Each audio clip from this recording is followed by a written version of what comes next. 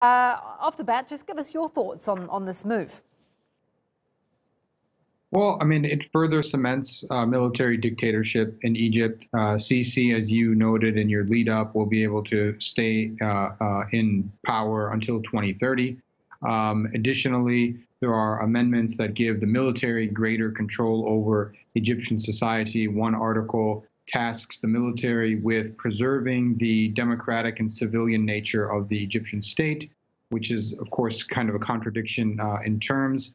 There are other amendments that give Sisi, the president, additional powers to appoint judges, to appoint members of parliament himself, about a third of the members of the second body of parliament, which will be reinstituted after these amendments pass. So it further cements military dictatorship. I don't think it's terribly surprising. This has been in the works for some time. Sisi had been giving indications that he didn't think, that 4 years or 8 years were nearly enough to fix all of Egypt's myriad problems. His media supporters, numerous media networks, newspapers, had been arguing the same for the past 2 or 3 years. So none of this is particularly surprising. Just playing devil's advocate, I mean, one of Sisi's supporters, an MP, said, he needs this time in order to be allowed to continue with his reforms, especially given the unrest in Libya to the west and Sudan to the south. I mean, does he have a point?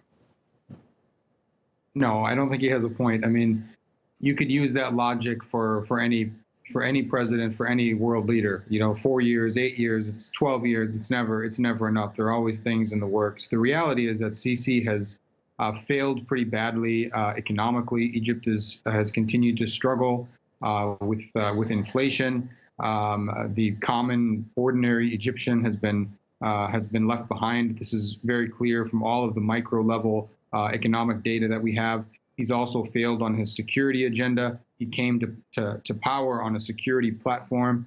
Egypt is more unstable today than at any point in time in its history. There have been more attacks, violent attacks by vigilante groups and the government itself, the police and the military, just in these past 6 years under Sisi than at any other block of time or small block of time in Egypt's modern history. This requires a referendum within 30 days. How do you think that's going to play out? Well, the referendum is already, sort of rigged. No one is allowed to campaign for a no vote. There are advertisements, posters, flyers, banners, billboards, radio spots, TV spots for the yes vote, right? So it's in a completely singular narrative.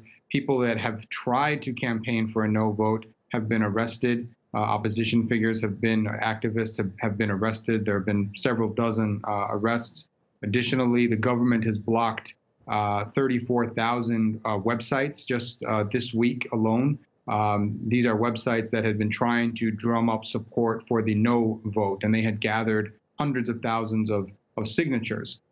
So I think the government senses some pressure. And you can expect them to sort of continue to try to repress over the next coming days and weeks until the referendum. But no one expects there to be any serious competition. This is a referendum that is already in the books for Sisi for these amendments. You can expect 98, 99% of the vote to go toward the yes vote.